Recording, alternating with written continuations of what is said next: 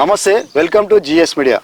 మనం ఈరోజు ఇంటర్వ్యూ చేయబోయే వ్యక్తి ఒకప్పుడు ప్రింటింగ్ యజమానిగా కొనసాగుతూ ఆ పని చేస్తూనే కొంత రాజకీయాల వైపు మొగ్గు చూపి బీసీ నాయకుడిగా ఎదిగి సోషల్ మీడియా వేదికగా కొంత కాంట్రవర్షియల్ కార్యక్రమాలు చేపట్టి నేను బీసీ నాయకుని అని చెప్పుకుంటూ తర్వాత ఇప్పుడు మరో పార్టీలో కలుస్తున్నానని చెప్పి కూడా వార్తలు వస్తున్నాయి. ఆయన ఎవరో కాదు, జిల్లాలో సుపరిచితం మైత్రి యాదయ్య. ఆయన మనతో ఉన్నారు. ఆయన అడిగి కొన్ని విషయాలు తెలుసుకుందాం. నమస్తే యాదయ్య. మన ఇంటర్వ్యూ అయ్యే వరకు ఆ కూలింగ్ అద్దాలు అవుతున్నావు, ఆ దిశాలో ఒకటి ఆ అద్దాలు అసలు ఎప్పుడు కూడా మీరు గల్లీలో కానీ ఢిల్లీలో కానీ ఆ అద్దాలు పెట్టుకొని ఉండరు. ఏంది అసలు అద్దాలు కూలింగ్ గ్లాసులు ఎందుకు అసలు రహస్యం ఏంది? అయితే చాలామంది కూడా నన్ను అడుగుతారు ఈ అద్దాల గురించి. యాక్చువల్ అద్దాలు నేను బైక్ పైన మా బిజినెస్లో పోయేటప్పుడు డస్ట్ కొరకు పెట్టుకున్న అద్దాలే, చెప్పుటకు దీన్ని కాదు. కానీ ఏమైంది ఇదంటే, నేను శ్రీనివాస్ గౌడ్ హత్యాయత్నం కేసులో నన్ను అనవసరంగా ఇరికించి నా ఫోటోని ఫేస్బుక్లో మా పిల్లలు పెట్టిన ఫోటోని అది మొత్తం వైరల్ చేసి అద్దాలతో ఉన్నదని ఒక రౌడీగా చిత్రీకరించారు అన్ని మీడియాలో, పెద్ద మీడియాలో, ఏబిఎన్ కానీ ఈటీవీ కానీ అన్ని టీవీలలో ఇట్లా. అందుకొరకు నేను ఏం చేయను, అప్పటి నుంచి అసలు 53 సంవత్సరాలు కేసు అయినప్పుడు నాది ఏజ్ ఒక చిన్న పిట్ కేసు నా మీద లేదు. కానీ ఒక రౌడీ సీడరైనా అది చేస్తాడు ఇది చేస్తాడు లేని అన్నీ చెప్పింది దాంట్లో. కాబట్టి నేను అదే అద్దాలతోటి మళ్ళీ నా వ్యక్తిత్వాన్ని నేను బయట పెడుతున్నా. అందుకే అద్దాలు ఎక్కడ తీయను నేను, ఢిల్లీ పోయినా ఎక్కడ పోయినా నా అద్దాలు పక్కా ఉంటాయంట. అదట్టుకొని నేను మాట్లాడుతాను. మొత్తానికైతే మాజీ మంత్రి శ్రీనివాస్ గౌడ్ కేసులో సరే అది కోర్టులో నడిచింది, హత్యాయత్నం కుట్ర కేసు అని చెప్పేసి నువ్వు A6గా ఉన్నట్లు A4గా ఉన్నావు. మొత్తానికైతే శ్రీనివాస్ గౌడ్ ద్వారా ఈ జిల్లాలో కావచ్చు కాన్స్టిట్యున్సీలో కావచ్చు మైత్రి షైన్ అయిపోయాడు. ఆ మాజీ మంత్రిని ఎదుర్కొన్నాము అని చెప్పేసి కొన్ని సెటిల్మెంట్లతో పాటు కొద్దిగా ఈ బీసీ నాదిగా ఎదిగి మొత్తం కూడా కొన్ని వ్యవహారాలలో కూడా తలదూరుస్తాడు యాదవ్ అనేది బాగా పేరుంది. లేదండి, అంటే మేము ఎక్కడ కూడా ఒక సెటిల్మెంట్ కూడా చేయలేదు. మన వాళ్ళు బీసీ కానీ ఎస్సీలు కానీ ఎస్టీలు కానీ పంచాయతీలు వస్తే నా దగ్గరికి వస్తారండి. వచ్చినప్పుడు మేము న్యాయం ఎవరి దగ్గర ఉందో వాళ్ళ దగ్గర మాట్లాడి చేస్తాము. దాంట్లో మా దాంట్లో జనతా గ్యారేజీ మీకు పరిచయం కదా, జనతా గ్యారేజ్ వాళ్ళు కూడా మా పిల్లలు కూడా చాలామంది పనిచేస్తారు. ఒక్కరు తీసుకొని మా షాపుల్ని కూర్చోబెట్టి మేమే ఛాయలు దాపి ఏ అవసరం ఉంటే ఆ టైంకి స్నాక్స్ ఏమైనా తెప్పించి కూడా ఒక్కరు పరీక్షకుండా పనిచేస్తాం. నేను ఒక సినిమా చూసిన, జనతా గ్యారేజ్ అనేది జూనియర్ ఎన్టీఆర్ సంబంధించిన ఒక సినిమా వచ్చింది. ఆ సినిమాలో మోహన్ లాల్ అనే వ్యక్తి యాక్టర్ అవుతున్నారు. ఆయన కొద్దిగా ఓల్డేజ్ అవుతుంది, తర్వాత జూనియర్ ఎన్టీఆర్ ఎంటర్ అవుతాడు. ఆ మెకానిక్ షాప్ ఉంటుంది ఒకటి, ఆ షాప్లో అంతా కూడా మెకానిక్లు చేసుకుంటా ఎవరైనా బాధితులు వచ్చినప్పుడు వాళ్ళని తీసుకుపోయి జూనియర్ ఎన్టీఆర్ కలిపించడము, తర్వాత ఆ బాధితుల సంబంధించి పోయి కొట్లాడడం అవన్నీ జరుగుతుంటాయి. ఆ జనతా గ్యారేజ్ చూసినా కానీ ఈ మైత్రి యాదవ్ సంబంధించిన జనతా గ్యారేజ్ ఏంది అసలు? ఈ జనతా గ్యారేజ్ ఏం జరుగుతుంది అంటే, శ్రీనివాస్ గౌడ్ మంత్రిగా ఉన్నప్పుడు ఎవరు కూడా బయటకు వచ్చి చెప్పలేని పరిస్థితుల్లో చాలా బాధపడుకుంటూ ఉన్న వ్యక్తిలో ఒక వికలాంగుడు బుగా కొట్టిండ్రండి టీఆర్ఎస్ వాళ్ళు. అప్పుడు మేము ఇక్కడ వెళ్ళి పరామర్శించి ఎక్కడ పోయినా పోతుండే. నేను మున్నూరాయి మేమంతా కూడా. యాక్చువల్గా జనతా గ్యారేజ్ మున్నూరాయి ఉన్నప్పటికీ స్టార్ట్ అయింది. ఇప్పుడు మున్నూరాయి హైదరాబాద్లో ఉంటున్నాడు. కొన్ని కాంగ్రెస్ పార్టీలో చేయనండి, మేము చేయని కాలేదు. అయితే అప్పుడు జనతా గ్యారేజ్లో మాకు అందరూ వచ్చి నా దగ్గర వెళ్తున్నప్పుడు అది మేము పెట్టిన పార్టీ కాదు, పబ్లిక్ పెట్టింది మాకు జనతా గ్యారేజ్. అప్పుడు మాకు జూనియర్ ఎన్టీఆర్ కాడికి వెళ్ళి ఫోన్ కూడా వచ్చింది, మీరు రావాలండి కలవాలని చెప్పేసి. మా టైం బట్టి మా మున్నరావి టైంలో కలవలేదు, కానీ మాకు పబ్లిక్ పెట్టింది. అప్పుడు మేము మాకు అర్థం కాలేదు అసలు మేము చేసేది పనులు జనతా గ్యారేజ్ లెవెల్ ఉన్నాయని. రియల్స్లో కూడా మేము జనతా గ్యారేజ్, ఎందుకంటే ఎవరి దగ్గర ఒకరిపై డబ్బులు తీసుకోము, ఎవరి దగ్గర చేయము, ఏ దానిలో మేము జోక్యం చేసుకోము. ప్రాబ్లం ఎక్కడ ఉందో వాళ్ళు వస్తేనే మాట్లాడతాం, కానీ మేము కానీ ఎవరికైనా అన్యాయం జరిగింది ఏమైనా అయిందంటే మాత్రం హాస్పిటల్ కానీ లేకపోతే ఆఫీసర్ కానీ ఎక్కడ ఉన్నా మేము దిగుతాము. ఎవరు కొట్లాడినా కానీ మేము అక్కడ వెళ్ళి మాట్లాడి పంచాయతీ దింపుతాం. కానీ ఈ డబ్బుల వ్యవహారం దూరం వ్యవహారం మేము చేయము, మాకు అవసరం లేదు కూడా. కానీ ఈ జనతా గ్యారేజ్ విషయంలో ఒక విషయం అడగాలి. జనతా గ్యారేజ్ నీ ప్రింటింగ్ ప్రెస్లోనే జనతా గ్యారేజ్ అని పెట్టుకున్నాం, కానీ అదే ప్రింటింగ్ ప్రెస్లో మున్నూరు రవి కూర్చున్నప్పుడు తర్వాత కొంతమంది యువకులు వచ్చి మున్నూరు రవిని నిన్ను కొట్టినప్పుడు మన జనతా గ్యారేజ్కి అర్థమే ఉంది అసలు? మీ షాప్ దగ్గరకు వచ్చి మిమ్మల్ని కొట్టిపోయింది. అయితే అది మాకు ఇష్యూ జరిగే విషయంలో ఒక నెల ముందు మాకు తెలిసింది ఆల్రెడీ. నేను మున్నూరావుకి చెప్పినా కూడా ఈ మున్నూరావు అనే వ్యక్తి ఆ సొంత డబ్బులు ఖర్చు పెట్టి బికరెడ్డి కాలనీలో వాటర్ వస్తే ఎర్రగుంట కానీ అన్ని పబ్లిక్ సేవ చేస్తున్నాం మేము, వీళ్ళు డామినేట్ చేస్తున్నాను అని చెప్పేసి ఒక ఎస్సీలను పిలిపించి ఎస్సీ కేసు పెట్టాలి మున్నూరాయని కొట్టే అనే ప్లాన్ మా దగ్గర ఉంది. రవికి చెప్పినాం కూడా. రవి అంతకుముందు ఒక కారు ఇట్లా గుద్దినరు ఆయన మన తెలంగాణ వ్యవస్థలనే, ఆ రోజు వెళ్ళిపోయినరు. తర్వాత ప్లాన్ చేసుకున్నారు, ఒక బార్ షాప్లో కూర్చొని మాట్లాడేది మాకు తెలిసింది. ఆ రోజు మేము మళ్ళీ క్లబ్కి వెళ్ళి వచ్చి కూర్చొని ఒక వేరే దగ్గరికి ఫంక్షన్కి వెళ్ళి కూర్చున్నప్పుడు వాళ్ళని మునుగై మనసులు అనుకుని నేను అనుకున్నా కూర్చున్నాము. వాళ్ళ ప్లాన్ ఏంటంటే కొట్టాలి, మేము కొడితే మాకు ఎస్ఐటి కేసు చేసి మనం లోపరుచుకోవాలనే ప్లాన్ మంత్రిది. ఎందుకంటే మేము ఎక్కడ లొంగుతలేము, డబ్బులకు లొంగుతలేము, భయపడితే లొంగుతలేము. కాబట్టి ఆ పిల్లలు దొరికొచ్చి రవిని కొట్టడానికి వచ్చినారు. ఆ రోజు కొంచెం రేపపాట్లో కొబ్బరి బొండం తీసుకుని నరకాలని ప్లాన్ చేశారు. రవిని చంపాలనే వాళ్ళ ప్లాను. నేను ఉన్నా కాబట్టి నేను దొబ్బి నన్ను డిఎస్పీ గారు అడిగారు ఆట, మీరు ఇంత లాంగ్ ఉన్నారు కదా, పిల్లలు చిన్నపిల్లలు కదా, దొబ్బొచ్చు కదా అన్నారు. నేను దొబ్బితే నా మీద కేసు చేయాలని ప్లాను. నా మీద కేసులు లేవు కదండి అంతవరకు కూడా, నా మీద అప్పటి వరకు నా కేసులు లేవు. అందుకే మున్నూరు ఆయన కొడుతుంటే నువ్వు లోపలికి వెళ్ళిపోయినావు తప్పించుకొని. అంటే నేనే చాపినా వాళ్ళు రాళ్ళు తీసుకొని కొబ్బరి బొండం రాళ్ళు తీసుకొని కొడుతుంటే నేనే వాళ్ళని దొబ్బి మాజీ మంత్రి రవి లోపలికి దొబ్బినా. రవి లోపల నేనే పంపించిన. నేను ఉన్నందుకే రవి బతికిండు. మాజీ మంత్రి హత్య కుట్ర కంట ముందు 3 కోట్ల అప్పున్న మైత్రి యాదవ్ ఈ రోజు మొత్తం అప్పులని తీరిపోయి రాజకీయ నాయకుడిగా ఎదగాలని, ఒక పార్టీలో కలవాలని ఆలోచన చేస్తున్నాడంటే ఏ స్థాయిలో మైత్రి యాదవ్ సెటిల్మెంట్లు పాల్పడుతున్నారు? అంటే నేను 3 కోట్ల అప్పు ఉన్నది తప్పది. నాకు 80 నుంచి 90 లక్షల అప్పు ఉంది నాది. అప్పుడు ఎంత ఉంది, ఇప్పుడు అంతే ఉంది. 1 రూపాయి కట్టలేదు. నా అప్పులలో పేర్లు కూడా చెప్పుకోవాలంటే నా ఇప్పుడు లేని అప్పు కాదు అది. నాకు మైత్రి నగర్ నేను కట్టిన, మైత్రి హిల్స్ అని ఒకటి చేసిన వెంచర్ కనకాగుట్ట దగ్గర. అక్కడ బైపాస్ వస్తుంది 2006లో కొన్నాము. అది డౌన్ అయిపోయి ఒక 3 కోట్లు ఒకసారి నాకు లాస్ వచ్చింది. కానీ నా బిజినెస్కి వెళ్ళి కొంచెం కట్టుకుంటూ 3 కోట్లు అంటే ఒరిజినల్ నా ఆస్తులు నాకు ఉంటాయి కదండి, అన్నీ కట్టుకుంటే 78 లక్షల కాడ ఆగిపోయింది నాది. ఎప్పుడు అది 2014కి వెళ్ళి మనం 13 వరకు 10 ఏళ్ళు నా అప్పులకి ఎవరు కూడా నేను ₹1,30,000 ఇంతవరకు వెళ్ళాను. వాళ్ళ దగ్గరికి వచ్చి అడుగుతున్నారు కూడా, వాళ్ళకి తెలుసు. వచ్చి అడుగుతున్నప్పుడు కూడా నేను కొంత వాళ్ళకు అంటే ఏంద్ర శ్రీనివాస్ గౌడ్ మాజీ మంత్రి ఎదుర్కొన్న కేసులో వచ్చిన అని చెప్పి కూడా దాన్ని వాడుకుంటాం అనేది కూడా కొద్దిగా సబ్జెక్ట్. లే ఎవరికి వాడుకోము. వాళ్ళు ఎవరు కూడా మనం అంటే యాదవ్ దగ్గర డబ్బు వచ్చిందంటే ఇచ్చేస్తారని ఉంటుంది, కానీ డబ్బులు లేకుండా ఉంటాడు అని తెలుసు, వాళ్ళకి తెలుసు. కొంతమంది తీసుకుని వచ్చినాము, ఇప్పుడు కూడా ఇస్తాము. అని ₹1 కూడా నేను అప్పు చెల్లించలేదు. పాలమూరు కోఆపరేటివ్ బ్యాంకులో నా ఇల్లు 20 లక్షలు తీసుకుంటే 50 లక్షలు అయింది. నేను 10 లక్షలు కట్టినా. మొన్న రీసెంట్ 23 తారీఖు నాడు నాకు నోటీస్ ఇచ్చింది, లీగల్ నోటీస్ ఇచ్చిందండి. ఏమైనా ఇల్లు సీజ్ చేస్తామని చెప్పేసి. నేను వేరే వాళ్ళ దగ్గర 5 లక్షలు తీసుకొచ్చి కట్టి వచ్చే 20 తారీఖు టైం తీసుకున్నా పాలమూరు బ్యాంకులో. 20 లక్షలకు 40 లక్షల రూపాయలు అయిందండి. 10 లక్షలు నేను కట్టినా ఆల్రెడీ. ఇప్పటికీ ఆ లోన్ అట్లే ఉంది. నేను అప్పులు కట్టుకోండి అంటే కాంగ్రెస్ పార్టీ గవర్నమెంట్ వస్తే నేను కాంగ్రెస్ పార్టీ లేను, కానీ కాంగ్రెస్ పార్టీకి వెళ్ళి 10 పైసల పని నేను చేసుకోలేదు. ఎలక్షన్లో ఉల్టా నేను ఒక 3 లక్షలు అప్పు చేసి నేను కాంగ్రెస్ పార్టీ రెడ్డి గారికి గెలవడానికి నేను ఖర్చు పెట్టినా అంతే. కానీ వాస్తవానికి కూడా మైత్రి యాదవ్ ఎవరు వచ్చినా సరే, బీసీ వర్గాలు ఎవరు వచ్చినా సరే ముందు ఉంటాడు కొట్లాడడానికి, సరే న్యాయం జరిగే వరకు పోరాడతారు అనేది ఒకటి మామనార్లో పేరు ఉంది. మీరు తీర్మానమలతో కలిసి కొన్ని కార్యక్రమాలు చేశారు మామనార్ జిల్లాలో. తీర్మానమలన్న వచ్చినప్పుడు కావచ్చు, అదేవిధంగా ఏ కార్యక్రమం పెట్టినా కూడా తీర్మానమలన్న సంబంధించిన కార్యక్రమాలలో కూడా ముందుండి మీరు నడిపించారు. ఎందుకు మొన్న తీర్మానమలన్న పార్టీ పెట్టినప్పుడు కానీ అక్కడ వెళ్ళకపోవడానికి కారణం ఏంది? ఒక ఇన్విటేషన్ లేదా, లేకపోతే తీర్మానమలన్న టీంలో పోద్దు అనుకుని ఆగిపోయినా? లేదండి, తీర్మానమలన్న బీసీల కొరకు పోరాడుతున్న ఏకైక వ్యక్తి తెలంగాణలో కాబట్టి ఆయనకు మా మద్దతు. బీసీలు ఎవరు చేసినా మద్దతు చేస్తాం మేము, ఒక తీర్మానమలనే కాదు, ఎవరు వచ్చినా మద్దతు చేస్తున్నాం.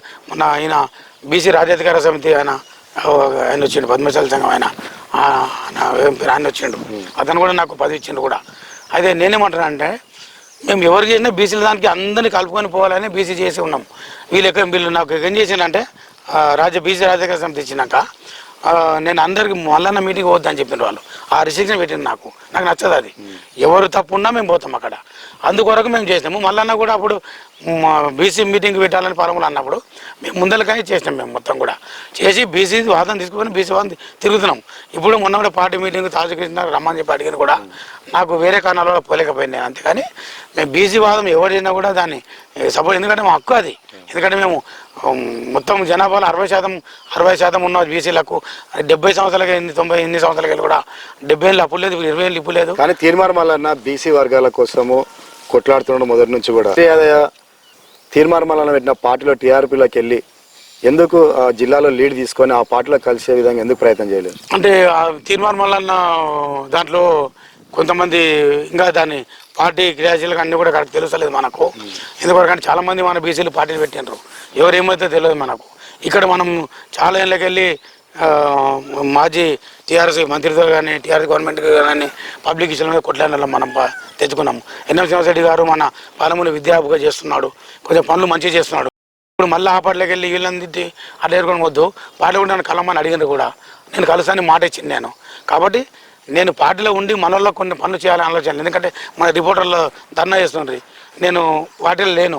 అయినా కాంగ్రెస్ పార్టీ ఎంఎస్ఆర్ గారిని, లక్ష్మణ్ యాదవ్ని ఎమ్మెల్యే గారితో మాట్లాడి, ఎమ్మెల్యే గారు మా వెంకటేశ్ అన్న వెంకటేశ్వరతో మాట్లాడి, వీళ్ళందరూ మాట్లాడి నేను ఆ సమస్య సాల్వ్ చేయడానికి నాకు అవకాశం కల్పించిండ్రు వాళ్ళు వాళ్ళకున్నా కూడా.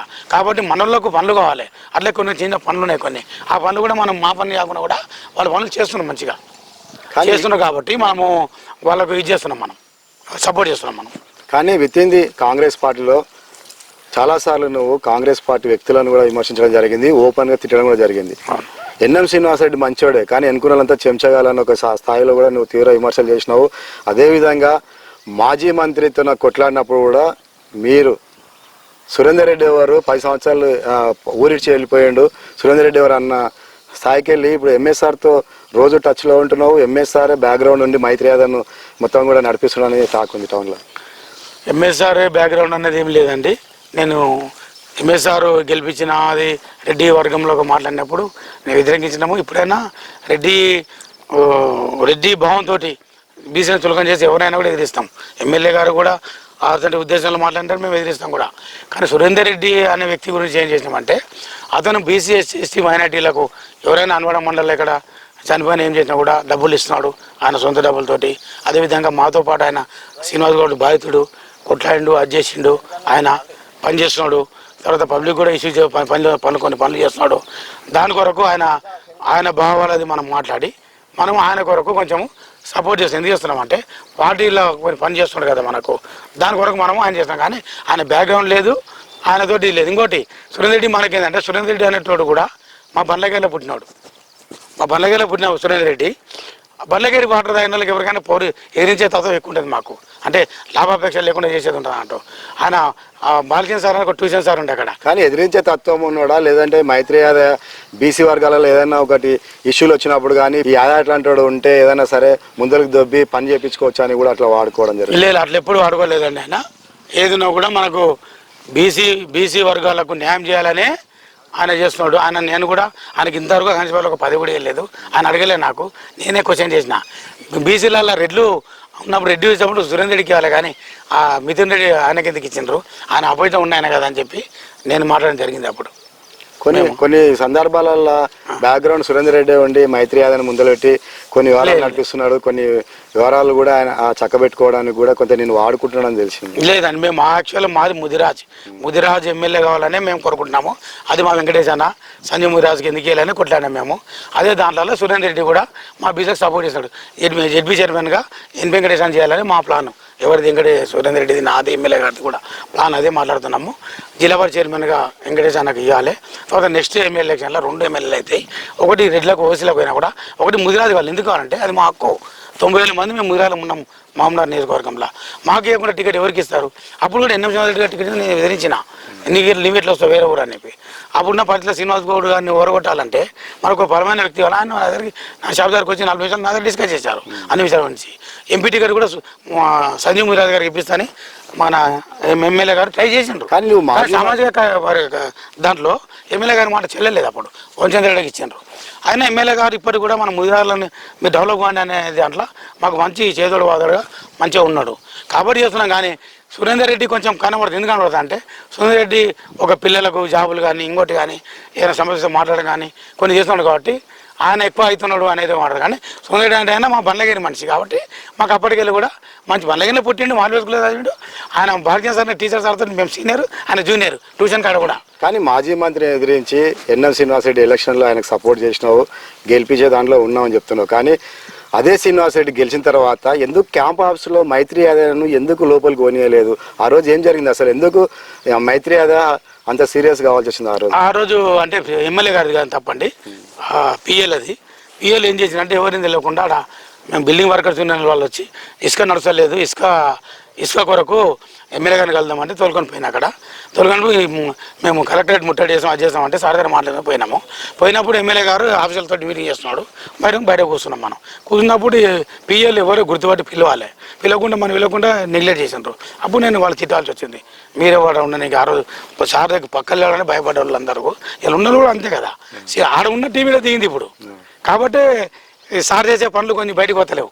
కాబట్టి మాలాంటి వాళ్ళం కూడా కాంగ్రెస్ పార్టీకి ఉండి మనం దాన్ని సెట్ చేయాలి, పనులు చేయించాలి. ఎందుకంటే సార్ ఆలోచన చాలా బ్రాడ్గా ఉన్నాయండి. మన అధికార పార్టీ నుండి మనకు వ్యాసం చూశారు కదండి ఆంధ్రజ్యోతిలో ఎంతవరకు అంటే ఆయన తాత అంతా బీద వాళ్ళు ఎక్కడ పైకి రావాలి, ఎక్కువ ఎవరెంత మెజార్టీ ఉంటే వాళ్ళకు ఆ సీట్లు దక్కాలని ఆలోచన ఉన్న దృక్పథం ఉన్నవాడు మన రాహుల్ గాంధీ ఆలోచనలు రేవంత్ రెడ్డి గారు ఏదైతే వాటి మరి రిజర్వేషన్ చేస్తున్నారో ఆ ఆలోచన మన ఎన్ఎం శ్రీనివాసరెడ్డి గారు చేస్తారు. కాబట్టి ఆయన నచ్చింది మాకు, ఆయన వివాదం లేదు. ఆయన ఎన్నుకున్న వాళ్ళు కొంతమంది చేసి ఆయన చెడిపోయి తెస్తున్నారు కాబట్టి దాన్ని వ్యతిరేకించిన వాళ్ళు ఎన్నుకున్న వాళ్ళ చెంచగలరా మీరు చేసిన తప్పులు అని చెప్పి తిన్నా. ఇప్పుడు తిడుతున్నాం. ఇప్పుడు కూడా లేటెస్ట్గా పిఏ భారత విషయంలో కూడా సార్ బిలేం అయితే నేను అదే మాట్లాడినాం, ఖండించినాం. ఇప్పుడు ఎమ్మెల్యే గారు తెలియదు వాళ్ళు ఏది చేసుకున్న దానికి ఏదైనా వాస్తవం ఉంటే చెప్పండి, మేము కూడా మాట్లాడతాం అని చెప్పినాం. అదే కానీ మనం ఎప్పుడు కూడా ఒకరిని అడ్డం పెట్టుకొని ఒకటి చేసుకున్న అలవాటు మనకు లేదు, ఫ్యూచర్లో ఉండదు. ఇప్పుడు కూడా మనము పాటలేక మనము అవును 3 నెలల నుంచి కూడా ఒక టాక్ నడుస్తుంది, మైత్రి యాదవ్ కాంగ్రెస్కి వెళ్ళిపోతాడు, ఎన్ఎన్ శ్రీనివాసరెడ్డి పార్టీలో ఉంటాడని చెప్పి కూడా కొంత టాక్ నడుస్తుంది. అది 3 నెలల నుంచి కూడా వాయిదా పడుతుంది. మరి ఎప్పుడు ముహూర్తం ఉండబోతుంది? కాంగ్రెస్ పార్టీలో జాయిన్ కాబోతున్నాం. ఈ నెల 29కు జాయిన్ కావాలని అనుకున్నామండి. మా ఎమ్మెల్యే ఎన్ఎన్ శ్రీనివాసరెడ్డి గారు కూడా మహేష్ గౌడ్ గారి దగ్గర గాంధీ భవన్లో టైం తీసుకున్నారు ఆల్రెడీ. 29 తారీఖు నాడు మేము పెద్ద ఎత్తున జాయిన్ కావుతాం. మా ముదిరాజులు బీసీలు అందరు కలిసి చాలా పెద్ద ఎత్తున ఒక 200 మంది వరకు గాంధీ భవన్కి పోతున్నాము. 200 మెంబర్స్ అనుకుంటే లిమిటెడ్గా, ఇంకా చాలామంది వస్తామంటున్నారు. దాని మాతో పాటు కొంచెం మాజీ సర్పంచ్లను అందరం తీసుకుంటున్నాము. నాతో పాటు పార్టీలో కలుస్తున్నాము. పార్టీలో కలిసి మా బీసీల హక్కుల కొరకే పోరాడతాము. కాంగ్రెస్ పార్టీలో ఉన్నప్పుడు చాలామంది నేను కొంత మా మిత్రులకు చెప్పిన కాంగ్రెస్ వాళ్ళు కలుస్తుందంటే అన్నా నువ్వు లిబరల్ ఉన్నావు కదా అందుదాని కోసం నువ్వు ఎందుకు కలిసి వద్దన్నారు. కానీ నేనేమనుకుంటున్నా అంటే మా అవసరం కాంగ్రెస్ పార్టీకి ఉంది అంటున్నాం. ఎందుకంటే మా ముదిరాజు సామాజిక వర్గం ఎక్కువ ఉన్నా కూడా సంజయ్ ముదిరాజు వెంకటరెడ్డి ఇద్దరే ఉన్నారు. మా ముదిరాజులు ఎవరు లేరు పార్టీలో. కాబట్టి మాకు అన్యాయం జరుగుతుంది. డబుల్ బెడ్రూమ్ల విషయంలో కానీ, ఇందిరా మిల్ల విషయంలో కానీ, స్కాలర్షిప్ల విషయంలో కానీ అన్నింటిలో అన్యాయం జరుగుతుంది. ఎందుకు జరుగుతుంది అంటే వీళ్ళు వెంకటేష్ అన్న ఎమ్మెల్యే వెంబడి తిరిగాడు, సంజయ్ ముదిరాజు కూడా ఆయన స్టేట్ జనరల్ సెక్రటరీ కూడా ఆయన తిరిగాడు. మరి ఎవరు తినాలి, మరి ఎవరు చేయాలి మా పనులు? అది అందుకో. కానీ ముక్కుసూటిగా వివరించే మైత్రి యాదయ్య కాంగ్రెస్ పార్టీలో ఎంతవరకు నెగ్గికొచ్చే అవకాశం ఉంది? కాంగ్రెస్ పార్టీ సముద్రం లాంటిది. 30 సంవత్సరాల నుంచి పనిచేస్తున్న వాళ్ళకి ఇప్పటికీ పదవి రాలేదు. కానీ మైత్రి యాదయ్య ఒక పదవి ఆశతోనే జైన్ కాబోతున్నానని తెలిసింది. నిజంగానే కాంగ్రెస్ పార్టీలో నీకు పదవి ఇచ్చి సముచిత స్థానం కల్పించే అవకాశాలు ఉన్నాయా? అంటే పదవి ఇస్తాను మాకు ఎవరు చెప్పలేదండి. ఇప్పుడైతే మేమైతే ఎమ్మెల్యే గారి ఇది మన పనులు నచ్చి తర్వాత ఆయనకు అండగా ఉండాలని, అదేవిధంగా మాకు 40% రిజర్వేషన్ ఇస్తామని రేవంత్ రెడ్డి గారు సన్ని సంవత్సరాలు ఇచ్చేస్తున్నాం. కాబట్టి మనం పార్టీని బలోపేతం చేయాలని లెక్కనే కలుస్తున్నామండి. ఇప్పుడు పదవి అనేది కూడా కలిసిన తర్వాత కూడా అడిగే హక్కు నాకు ఉంటుంది. ఎందుకుంటుంది అంటే పాలమూల కాంగ్రెస్ పార్టీని బతికించిన వాళ్ళ దాంట్లో నేను ఒకరిని. ఇలా రాఘవేంద్రరాజు కాంగ్రెస్ వాళ్ళు ఉన్నప్పుడు రాఘవేంద్రాన్ని కొట్టినప్పుడు కూడా సొంత అన్నదమ్ములు ఎవరు కూడా రాని పరిస్థితుల్లో కూడా మైత్రి యాదవ్నే ఉన్నాడు. మునురాని కొట్టినప్పుడు నేను మైత్రి యాదవ్ ఉన్నాడు. ఇంకొకరిని ఎవరైనా కొట్టినప్పుడు నేనే ఉన్నాను. ఎప్పుడైనా కూడా మేము ప్రతి దానికి మనం వచ్చినాము, పని చేసినాము. కాంగ్రెస్ పార్టీని బతికించాలని తిరిగినాము. సుందరరావు పెట్టుకొని రూపాయలు తీసుకోకుండా మీతో పాటు చాలా మంది కాంగ్రెస్ పార్టీని బతికించిన ఎన్ఎన్ శ్రీనివాసరెడ్డి మేమే గెలిపించినామని చాలా మంది చెప్తారు. కానీ ఎన్ఎన్ శ్రీనివాసరెడ్డి కరాఖండిగా చెప్పిండు, చేసిన ఎమ్మెల్యే చేసిన పనితీరు కావచ్చు, అదేవిధంగా శ్రీనివాస్ గౌడ్ మీద ఉన్న వ్యతిరేకతనే నన్ను గెలిపించింది, ప్రజల్లో చైతన్యం వచ్చింది, ప్రజలు నన్ను ఓట్లేసి గెలిపించారని చెప్తున్నాడు. కానీ ఎవరంతా వాళ్ళు కూడా మేము గెలిపించిన క్రెడిట్ కొట్టుకునే ప్రయత్నం చేస్తున్నారు. కానీ ఎమ్మెల్యే వర్షన్ ఎట్లా చూస్తారు? అయితే సరే ఎమ్మెల్యే గారు చెప్పిన దానిలో కొంత వాసం ఉండొచ్చు. కానీ అందరు చెప్పేటోళ్ళు ఎవరైనా చెప్పని యూట్యూబ్ ఓపెన్ చేసి శ్రీనివాస్ గౌడ్ ఉన్న టైంలో మాట్లాడిన వాళ్ళ లిస్ట్ తీయండి. శ్రీనివాస్ గౌడ్ చిన్న అరాచకాలను బయట తెచ్చింది ఎవరు? ఇప్పటిపల్లంలో పెట్రోల్ బంక్ తీసింది దాంట్లో ఎవరు? మైత్రి యాదవ్ లేడా? తర్వాత డబ్ల్యూటీ కాడ లేడా? ఏడలేం మేము. కానీ ప్రతి దాంట్లో ఉండి అరాచకాలు అక్రమాలు అని చెప్పేసి నీతో పాటు చాలా మంది కాంగ్రెస్ నాయకులు మొత్తం ఒక సెల్లే ఏర్పాటు చేస్తాము, మాజీ మంత్రి అక్రమాలు బయట పెడతామన్నారు. కానీ 10 సంవత్సరాల నుంచి బయట పెట్టకపోవడంతో పాటు ఈ ప్రభుత్వం వచ్చిన తర్వాత కూడా 2 సంవత్సరాల నుంచి కూడా ఒక్క విషయంలో కూడా మాజీ మంత్రి మీద ఒక ఆరోపణ కూడా మీరు రుజువులేకపోయినారు. ఈ 2 సంవత్సరాలు కూడా మాజీ మంత్రి పేరు చెప్పుకొని మీటింగ్లలో ఉపన్యాసాలు ఇచ్చుకొని తప్ప దమ్ము ఉంటే రుజువు చేయండి అని చెప్పి కూడా పార్టీ నాయకులు ఎవరైతే శ్రీనివాస్ గౌడ్ అనుచరులు వాళ్ళు మిమ్మల్ని ఛాలెంజ్ చేసిండ్రు. శ్రీనివాస్ గౌడ్ మీద అక్రమాలు బయట పెట్టండి రా అబ్బాయి అని చెప్పి మీకు ఓపెన్ ఛాలెంజ్ చేస్తే కూడా ఈ రోజు వరకు కూడా కాంగ్రెస్ నాయకులు కావచ్చు, అదే ఎంఎస్ఆర్ ప్రెస్ మీట్లో చెప్పిన విషయం కావచ్చు, ఇంతవరకు ఎందుకు బయట పెడతారు? అసలు అక్రమాలు ఉన్నాయా లేవా చెప్పు? అక్రమాలు చాలా ఉన్నాయండి. కాకపోతే కాంగ్రెస్ పార్టీలో ఉన్న వాళ్ళకు శ్రీనివాస్ గౌడ్ ఇప్పటికీ లింక్ ఉంది చాలామందికి. అయితే నొప్పి ఉన్న వాళ్ళు కొంతమంది సరెండర్ అయ్యండి, కొంతమంది ఫోరన్నర్లు కూడా కొంతమంది శ్రీనివాస్ గౌడ్ తోటి సరెండర్ అయ్యి బిజినెస్ చేసుకుంటున్నారు. కాబట్టి ఇప్పుడు ఎంఎస్ఆర్ ఒకడు, నేను బయటికి వెళ్ళి నేను ఒకడు కాంగ్రెస్ పార్టీలో వెంకటేశ్వర అప్పుడప్పుడు మాట్లాడుతున్నారు. మిగతా వాళ్ళందరూ కూడా శ్రీనివాస్ గౌడ్ ఎందుకు కొట్లాట అనుకుంటున్నారు. ఎమ్మెల్యే గారు కూడా ఆయన అయిపోయింది ఆయన ఎందుకు ఆయన పాపన ఆయన పోయిండు, మన వద్ద ఉన్న ఇప్పుడు మనం చూసుకో అనుకుంటారు. కానీ ఆ కసి అనేది ఎవరికి లేదు. కాబట్టి ఇవాళ ఇప్పుడు ఈ బైపాస్ కూడా అయింది కదండి. దీంట్లో కూడా చాలా అరాచకం జరిగినాయి. 14 నాన్ కన్వర్షన్ అని చేసేసి ల్యాండ్లు చేసి కోట్ల రూపాయలు తీసుకున్నారు. అవును, అది బయట పెడతలేదు. అది ప్రభుత్వం సర్వే చేసింది. ప్రభుత్వ అధికారులు ఎవరికి ఎంత కేటాయించాలి, ఏ భూమికి ఎంత కేటాయించాలని వాళ్ళు నిర్ధారిస్తారు. దీనిలో శ్రీనివాస్ గౌడ్ పాత్ర ఉందండి. ఎందుకంటే ఆఫీసర్లు పెట్టుకొని 4 గంటలు కాకుండా డూప్లికేట్ ఫోర్జరీ అవన్నీ తీస్తున్నామండి. అయితే తీస్తున్నామంటే దానికి ఒక సమగ్ర ఒక యూనిటీ లేదు అక్కడ. ఎందుకు లేదంటే ఎంఎస్ఆర్ కొట్లాడుతుంటే ఎంఎస్ఆర్కి పదవి లేదు. ఆ శ్రీనివాస్ గౌడ్ సపోర్ట్ ఉండి బీజేపీలో వచ్చిన రెడ్డికి ఇచ్చిండ్రు. రెడ్డి సమాజ వర్గంలో కూడా పార్టీ పదవి కూడా ఇస్తలేరు.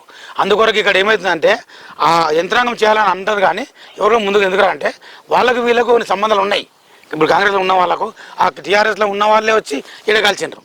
ఇప్పుడు ఆనంద్ గౌడ్ తీసుకో, పాస్ చేసుకో, ఇంకోటి తీసుకో సంబంధాలు అంటే గుర్తుకొస్తుంది.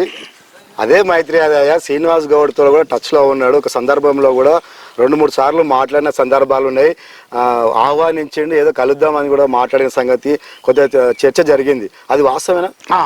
కరెక్ట్ ఇది. ఎందుకంటే ఆయన ఏం చేశాడంటే ఆ ముదిరాజులని ఇలా ఒక గుద్దల్దాం అనే మాట మాట్లాడిన పంచాయతీలో ఉన్నప్పుడు ఆయన మనం ఒకటి కలుద్దామని చెప్పినప్పుడు నేను వినలేదు. విధమతంలో డబ్బులు నేను కాదని చెప్పినాం. రాజుకొద్ది డిఎస్పీ అప్పుడున్న మహేష్ గౌడ్ గారు, మన రాజేశ్వర్ గౌడ్ సిఐ గారు, లేదన్నా నువ్వు డబ్బులకు దేనికి లొంగవు కదా, వాస్తవాలు నమ్ముతావు కదా, మీరు 5 నిమిషాలు టైం, మా కేసు అయినాక శ్రీనివాస్ గౌడ్ హత్య కేసు అయినాక మాకు 10 నిమిషాలు టైం ఇవ్వండి, నేను వాస్తవాలు చెప్తా. పొలములు ఎవరెవరు నాకు లింక్ ఉన్నారు, ఎవరికి నాకు పంచాయతీ అయింది, అమరేందర్ రాజు కానీ, ఎన్ వెంకటేష్ కానీ, రాఘవేంద్ర రాజు కానీ, మున్నూరు రాజు కానీ, వీళ్ళందరి విషయాలు చెప్తా. పొలముల పార్టీలో ఉన్న వాళ్ళందరూ నాకు సపోర్ట్గా ఉండరు, నీ ఒక్కడే ఇది చేస్తాం అని ఆయన చెప్పిండు. నాకు చెప్పలేడు, ఆయన చెప్పిండు. మీరు ఒక వారం వస్తే టైం ఇస్తా అంటే సరే అని ఆ రోజు వెళ్దామో తయారని నేను పోయి తెలుసుకుందామని అనుకున్నాడికి. అనుకొని ఏం చేసిన అంటే నేను బండి తీసి భగీరథ కాలనీ కాడికి మైదినార్ కాడికి వచ్చి భగీరథ బాలయ్య నాయర్ కాడలో గొన్నెల సీను ఎక్కించుకొని పోదాం అనుకున్నాం. గొన్నెల తీసి చెట్టు మార్చుకుని పైకి పోయాడు. నేను కార్లో కూర్చున్నా, రెడీ పోయి డిస్కస్ చేద్దాం అనుకున్నాం. డిఎస్పీని సీఎని కూడా చర్చలుకోమని చెప్పిన. బాలయ్య నాయర్ కాడికి పోయి ఈ చెట్టు గొన్నెల మార్చుకొని వచ్చి కిందకి వచ్చేవారు. మున్నూరాయి ఫోన్ చేసి అన్నా యువత నేను చచ్చిపోతానని అన్నాడు అన్నమాట.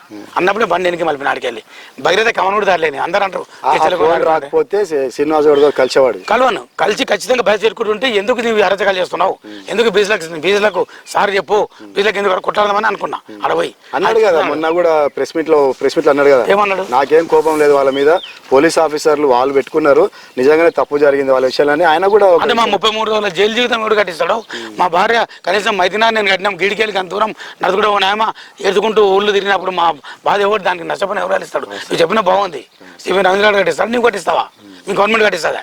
కాదు కదా. అది నువ్వు పబ్లిక్ మీటింగ్లో వచ్చి మా దగ్గరికి వచ్చి మేము బీసీని పై ఏదో పొరపాటు అయిందని చెప్పి నువ్వు మాట్లాడాలి. మాట్లాడలేకపోయినావు. ఇప్పుడు మాట్లాడిన మా జీవితాలు అయిపోయినాయి. ఇప్పుడు అవసరం లేదు.